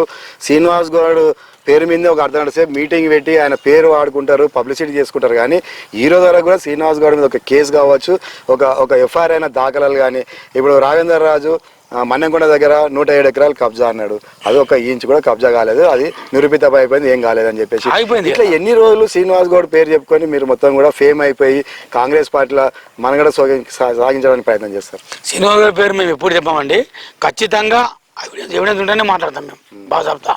బాజాబ్తా గౌరీ సుధాకర్ డబుల్ బెడ్రూమ్ విషయంలో డైరెక్టర్ శ్రీకాంత్ గౌడ్ డబ్బులు ఇచ్చా అని చెప్పేసి పుట్టనపల్లి శంకర్ వాళ్ళ తమ్ముడే చెప్పిండు పోలీస్ స్టేషన్లో, రాజగౌడం నేను ఉన్న ముందర బాండ్లు నా దగ్గర కావాలంటే నీకు ఇస్తా కూడా కాగితాలు, వైట్ బాండ్ల మీద సంతకాలు పెట్టించారు డబుల్ బెడ్రూమ్. ఇప్పుడు ఎంఎస్ఆర్ కూడా నెల రోజులైంది ప్రెస్ మీట్ పెట్టి మొత్తం పెద్ద ఎత్తున బీసీలకు అన్యాయం జరిగింది, విత్ ఎవిడెన్స్ తో శ్రీనివాస్ గౌడ్ని మొత్తం కూడా అక్రమాలు బయట పెడతామని చెప్పిండు. నెల రోజులు అయిన జరగలేదు. కనీసం నీవని ఇప్పుడు ఎంఎస్ఆర్ చెప్పి ఆ ఎవిడెన్స్ అన్ని బయట పెట్టించి ప్రెస్ మీట్ పెట్టే ప్రయత్నం చేస్తా పక్క చేస్తాము. ఇప్పుడు నేను కలిసాక జరిగేది అది ఎక్కువ ఉంటుంది, నీతోనే ప్రెస్ మీట్ పెట్టిస్తారా? ఎక్కువ ఉంటుంది. ఎందుకుంటుంది అంటే ఇప్పుడు ఎంఎస్ఆర్కి కొంచెం 20 days వైరల్ ఫీవర్ జ్వరం వచ్చి కొంచెం గ్యాప్ వచ్చింది, కానీ ఆయనకు సపోర్ట్ కూడా ఎవరు ఉండలేరు కాంగ్రెస్ పార్టీలో కూడా. ఈ శ్రీనివాస్ గౌడ్ డాక్టర్ వచ్చే వరకు ఎవరంతా కొంచెం దూరం పోతారు. ప్రెస్ మీట్లో గమనించాను మీరు, శ్రీనివాస్ గౌడ్ టాపిక్ మాట్లాడేటప్పుడు ఒక 2-3 ఉంటారు ఎప్పుడు కూడా, మిగతా కొత్త ఎవరు లేకుంటారు. మేము పొడిచినాం గెలిపినాం మనగాలు ఎవరు పక్కన కూర్చోరు. ఎందుకు కూర్చోరు అంటే వాళ్ళ కూడా లింకులు ఉన్న కూర్చోరు. కాబట్టి ఆడ ఏకైక అయిపోయాడు ఎంఎస్ఆర్. కాబట్టి ఎంఎస్ఆర్కు నేను సపోర్ట్గా ఉంటాం. ఆయన బాధ్యత నేను బాధ్యత, ఆయన బండ్లగిరి నాది బండ్లగిరి, ఆయన బండ్లగిరి వాటర్ ఆయనతో ఉంది, నాతో బండ్లగిరి వాటర్ ఆయనతో ఉంటుంది. పబ్లిక్కి సేవ చేసే గుణం బండ్లగిరిలో చాలా ఎక్కువ ఉంటుంది, ఏ దానికైనా ముందుకు పోతారు అంటారు. కాబట్టి ఆయన మేయర్ కావాలని నేను ఖచ్చితంగా అంటున్నా. మా బీసీలు చాలామంది నన్ను అంటున్నారు నువ్వు ఎందుకు ఆయన సపోర్ట్ చేస్తున్నావు అని చెప్పేసి. మేయర్ కావాలంటే డబ్బు నేను ఏమంటున్నా, రిజర్వేషన్లో జనరల్ వస్తేనే అంటున్నాను నేను, లేకపోతే బీసీ వస్తే ఆయన ఇలా అంటలేను కానీ నేను. కానీ గెలవాలంటే అలాంటి ఉండాలి పరములు అంటున్నా, ఎందుకంటే ప్రతి వాళ్ళ పిల్లలకి పనిచేస్తున్నాడు. ఆల్రెడీ జనరల్ అవుతుంది. హైదరాబాద్ నుంచి మొత్తం కూడా కొద్దిగా నెట్వర్క్ నడుపుతున్నాడు ఎంఎస్ఆర్. బడమింపల్లి దగ్గర ఒక వార్డు కూడా ఆయనకు పట్టు ఉంది, అక్కడ నుంచి నిలబడి కార్పొరేటర్ నిలబడి గెలుద్దాము, తర్వాత మేయర్ అవుతాను ఆ ఆలోచనతో ముందుకు వెళ్తున్నట్టు తెలిసింది. మొత్తం కూడా ఒక సెటప్ చేసుకుంటున్నాడు వాళ్ళ క్యాడర్ అంతా కూడా, ఎవరెవరు కార్పొరేటర్ గెలుస్తారు అనేది కూడా ఒక సర్వే చేపిస్తున్నాను. మీకు ఐడియా ఉందా దాని మీద? ఉంది, నాకు కొంచెం ఉంది, కొంతవరకు ఉంది. కానీ పోవడం తప్పులేదు. నేను మా భగీరథకి వెళ్ళడం చెప్పాను, మైతినాథ్ భగీరథ మాది ఒకటి వస్తుంది, నాకు 6 పిల్లలు ఎలిజిబుల్ లేను నేను, కాబట్టి నేను వెళ్ళాడని చెప్పిన. ఆయన బండి పనులు వెళ్తున్నాడు, మీ ఇష్టం అని చెప్పిన. కానీ నేనేమంటున్నా అంటే అలాంటి ఉండాలని నేను కోరుకుంటా. ఎందుకంటే మాకు అలాంటి ఉంటేనే రేపు మా ముదిరాజు వెంకటేశ్వర ఎమ్మెల్యే చేసుకోవడానికి నాకు ఉన్న ఒకటే ఆధారం. వెంకటేశ్వర ఎందుకు అంటున్నా అంటే ఆ రోజు శ్రీనివాస్ గౌడ్ అరచకాల మీద మాకు సపోర్ట్గా ఉన్నది వెంకటేశ్వర తప్పితే పాలెంలో ఎవరు రాలేడు. ఇలా మస్తు మంది ఉండరు, మా ముదిరాజులో మస్తు ఉండరు, మస్తు డబ్బులు ఉండరు, ఎవరు ముందుకు రాలే. ఆయన వచ్చిండు, మాకు ప్రతి కేసుకు రూపాయలు లేకుండా పనిచేసిండు, రాజేంద్రరాజు కేసులో కానీ మా అన్నిటి కూడా. కాబట్టి ఆయన ఫ్యూచర్లో ఎమ్మెల్యే అయితే ఆయనకున్న మాకు హక్కు ఉంది కూడా ముదిరాజులలో. మా ముదిరాజులో ఉన్నాడు ఒకటే ఉన్నాడు, ఇద్దరు సంజయ్ ముదిరాజు ఉన్నాడు. సంజయ్ ముదిరాజు స్టేట్ పోస్ట్ తీసుకుంటాడు, లేదా ఎంపీకి ప్లాన్ చేసుకోడు. కానీ ఎమ్మెల్యేకి మాత్రం ఎన్నికైనా నేను ఫస్ట్ అయిన ప్రభుత్వం ఇప్పుడైనా చేస్తాను నేను. కాబట్టి నాకు బీసీ పార్టీలో కూడా ఇప్పుడు నేను కాంగ్రెస్ పార్టీ కలవకున్నా కూడా నాకు వేరే దాంట్లో బీసీ లెక్కల నేను వస్తుంది. వచ్చిన నా ఉద్దేశం నెరవేరేది కదా మనకు. మనకు నెరవేరేందంటే మా ముదిరాజు ఎమ్మెల్యే కావాలి పాలమూరులో. ఎందుకు కావాలంటే మా పీజీన శేఖర్ ఉన్నప్పుడు ఇలాంటి అరచకాలు చేయలేదు, ఇంతకని చేయలేదు, మేము అందరికి పని చేసినాం. కానీ ఇప్పుడు వచ్చి మేము అంచబడిపోయినాం పూర్తిగా. మా ముదిరాజు అంటేనే పనులు చేయలేరు. మా ఊళ్ళో మున్సిపల్గా వరద మా ఇంటి పేరు వరదాన్ని వస్తే కమిషన్ వస్తే శ్రీనివాస్ కూడా తీసుకోవాలి, వరద అంటే పేరు వస్తానే వరదలు అంటే చేశారు ఆయన మీరు అని చెప్పేసి అట్లా చూసింది మమ్మల్ని. కాబట్టి మేము ఏమంటున్నామంటే ముఖ్యంగా పాలమూరు బీసీ నియోజకవర్గం, ఇది బీసీ నియోజకవర్గం. కానీ బీసీ ఉన్నాడనే పెట్టుకున్నాం. కానీ అదే బీసీ ముసుగులో దొరలగా ఆయన పనిచేసింది కాబట్టి ఆయన పక్కెట్టినాం. ఆయనకు ప్రత్యేక ప్రయత్నం లేదు, ఆయనకు నాకు చదువు లేదు, ఆయనకేమీ లేదు. ఆయన కూడా మా కంపౌండ్ మనిషి 10 వెంకటేశ్వర గౌడ్ నాకు కూడా పరిచయమే, నేను కూడా కేసీఆర్ దగ్గర కూడా కూర్చున్నా కూడా మాకు పరిచయమే. కాకపోతే ఏంటంటే ఆయన చేసిన బీసీలకు తోటి వేరే చెప్పుడు మాటలు ఏంటి చేసినందుకే అది పోయింది. ఇప్పుడు మళ్ళీ బీసీలోకి రావాలి. మన అనివార్య కారణాల వల్ల రెడ్డికి వచ్చింది. ఇప్పుడు 2 నియోజకవర్గాలు అవుతాయి కాబట్టి ఒకటి ముదిరాలు కావాలని నేను గట్టిగా ఎందుకు కోరుకుంటామంటే ముదిరాలు మేము ఎక్కువ కొట్టున్నాం కాబట్టి మేమెంత మాకంత దాని కొరకే కొట్లాడతాము. దాన్ని కావాలంటే కూడా మేయర్గా బీసీలు అయితేనా బీసీలు ఉంటారు, రెడ్డి సమాజం కోసం మాత్రం ఎంఎస్ఆర్ కావాలని నేను కోరుకుంటాము. ఎందుకు కోరుకుంటున్నాము అనేది దాన్ని కూడా నీకు చెప్పినాం ఆల్రెడీ. అట్లా చేయాలి కానీ చెప్పి ఊరికే ఎవరికో వాళ్ళకి చెప్పి నేను చెప్పినాను కాదు కదా. ఎవరికి పాలమూలు ఏం చేస్తాం అందరికీ తెలుసు. పాలమూలు ఎవరు ఏం చేస్తున్నారు, ఎవరైనా సంపాదించుకుంటున్నారు. ఇవాళ ఒకనొక వ్యక్తి 10,000 రూపాయలకు పారిపోయిన వ్యక్తి కూడా 5 కోట్లతో ఇల్లు కట్టుకున్నాడు. ఒక రెడ్డే ఎవరైనా నేను ఆయన కూడా మీ కాంగ్రెస్ పార్టీలో ఉన్నాడా ఇప్పుడు నువ్వు కలవబోయే కాంగ్రెస్ కాంగ్రెస్లో ఉన్నాడు ఆయన కూడా. ఇంకో కాంగ్రెస్ ఆయన 2 ఇళ్ళు కట్టుకున్నాడు. ఇంకో ఆయన నేను పోరాటం చేసిన అంటే ఆయన పూరా ఏం లేదు, బిన్నెర్ లేవు, ఆస్తులు అమ్ముకున్నా, కేసులు కూడా ఆయన కూడా 1000 కోట్లు సంపాదించుకున్నారు. లేన్లో కూడా సంపాదించుకుంటారు పేరు చెప్పుకొని. నేనేమో 2000 కోట్లు సంపాదించుకున్నారు. నీకు ఇన్నేళ్ళు కేసు కొట్టాను చేసినాము, రూపాయలు అన్నాడు, ఇన్ని కోట్ల లెక్కలు వచ్చాయి మీకు, లెక్కలు చూపుతారా? నేనున్నా మరి, నేను 2012 అప్పులు ఉన్నా, 15 ఇప్పుడు అప్పులు ఉన్నా, కాబట్టి నా అప్పులు ఇస్తా, బ్యాంక్ నేస్తా, నోటీస్ చూపిస్తాను. ఇవన్నీ కాంగ్రెస్ కలిసినాక ఇవన్నీ మొత్తం బయట పెడతావు అందరివి. బయట అంతా అన్నింటిలో జోక్యం చేసుకోండి, నాకు అవసరం లేదు.